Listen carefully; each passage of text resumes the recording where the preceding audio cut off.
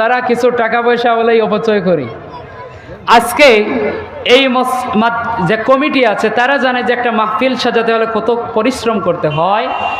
আজকে মানুষেরা ভালো টাকাগুলো ভালো কাজে লাগায় না, মানুষেরা গান বাজনা, এই সেই খেলাধুলা, বিভিন্ন যাত্রা অনুষ্ঠান, বিভিন্ন অনুষ্ঠানের মধ্যে তারা টাকাগুলো খরচ করে, খারাপ কাজে ব্যবহার করে। অথচ আল্লাহ রাব্বুল আলামিন বলছেন ওয়ালা তুবাযির তাবযীরা, তোমরা অপচয় করো না, খারাপ কাজ করো না। আল্লাহকে জিজ্ঞেস করলাম, আল্লাহ আমি যদি অপচয় করি, আমি যদি অপব্যয় করি, এতে কি হবে? আল্লাহ রাব্বুল আলামিন একই আয়াতের মধ্যে বললেন, সূরা বনী ইসরাঈল 27 নং আয়াতের মধ্যে বললেন, ইন্নাল মুবাযযিরিনা কানু ইখওয়ানা শায়াতিন, যারা নিশ্চয়ই যারা অপচয় করবে, অপব্যয় করবে, তারাই হচ্ছে শয়তানের ভাই। নাউযুবিল্লাহি মিন যালিক, তারা হচ্ছে শয়তানের ভাই। এরপর আল্লাহ বলেন ওয়া কানাশ শাইতানু লিরাব্বিহি কাফুরা, আর নিশ্চয়ই শয়তান হচ্ছে তার রবের প্রতি, আল্লাহর প্রতি বড় অকৃতজ্ঞ।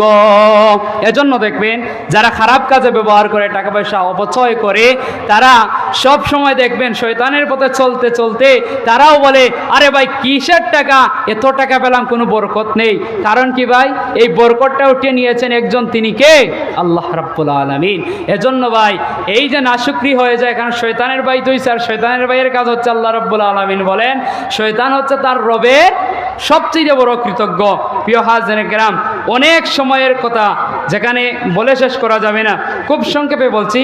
তিরমিজির 2010 নম্বর হাদিস এবং মুসলিম শরীফের 4776 নম্বর হাদিসের মধ্যে আল্লাহ রসুল সাল্লাল্লাহু আলাইহি ওয়াসাল্লাম বললেন, ও মানুষেরা তোমরা অপচয় করবে না, তোমাদের প্রয়োজন মতো তোমরা ব্যবহার করবে। যদি তোমরা অপচয় না করো, মধ্যম পন্থা অবলম্বন করো, তাতে কি লাভ হবে? আল্লাহ রসুল সাল্লাল্লাহু আলাইহি ওয়াসাল্লামের সাহাবী হযরত আব্দুল্লাহ ইবনে সারজিস রাদিয়াল্লাহু তাআলা আনহু, তিনি বলেন রাসূলুল্লাহ সাল্লাল্লাহু আলাইহি ওয়াসাল্লাম বলেছেন, সৌন্দর্য মণ্ডিত নীরবতা, সৌন্দর্য মণ্ডিত এবং নীরবতা হচ্ছে একটা ভালোবাসার মনোভাব। সুবহানাল্লাহ। পাশাপাশি আল্লাহ রসুল বললেন, এবং চাল চলনে, তোমার চলাফেরায়, এরপরে তোমার লেনদেনে, তোমার খরচের দিকে তোমার মধ্যম পন্থা অবলম্বন করা হচ্ছে নবুয়তের 34 ভাগের 1 ভাগ। সুবহানাল্লাহ।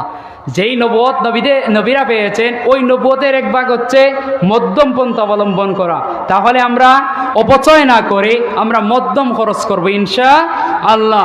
অন্য হাদিসের মধ্যে আল্লাহ রাসূল সাল্লাল্লাহু আলাইহি ওয়াসাল্লাম বলেছেন যে ব্যয়ের ক্ষেত্রে মধ্যম পন্থা হচ্ছে ব্যক্তি বুদ্ধিমত্তার পরিচায়ক। একজন ব্যক্তি যে বুদ্ধিমান, তার পরিচয় হচ্ছে সে মধ্যম পন্থা অবলম্বন করে, প্রয়োজন ততটুকু অর্থ ব্যয় করে, ততটুকু টাকা পয়সা সে ব্যয় করে, তার চাইতে বেশি করে না। এরপরে আল্লাহ রসুল বলেন তাদের ব্যয় সব সময় হয় কেমন? মধ্যমপন্থী, যার মাধ্যমে সে কখনো দরিদ্র হয় না। সুবহানাল্লাহ। প্রিয় হাজিরিন কিরাম, অনেক সময়ের প্রয়োজন ছিল, আসলে সময় খুব তাড়াতাড়ি চলে যাচ্ছে।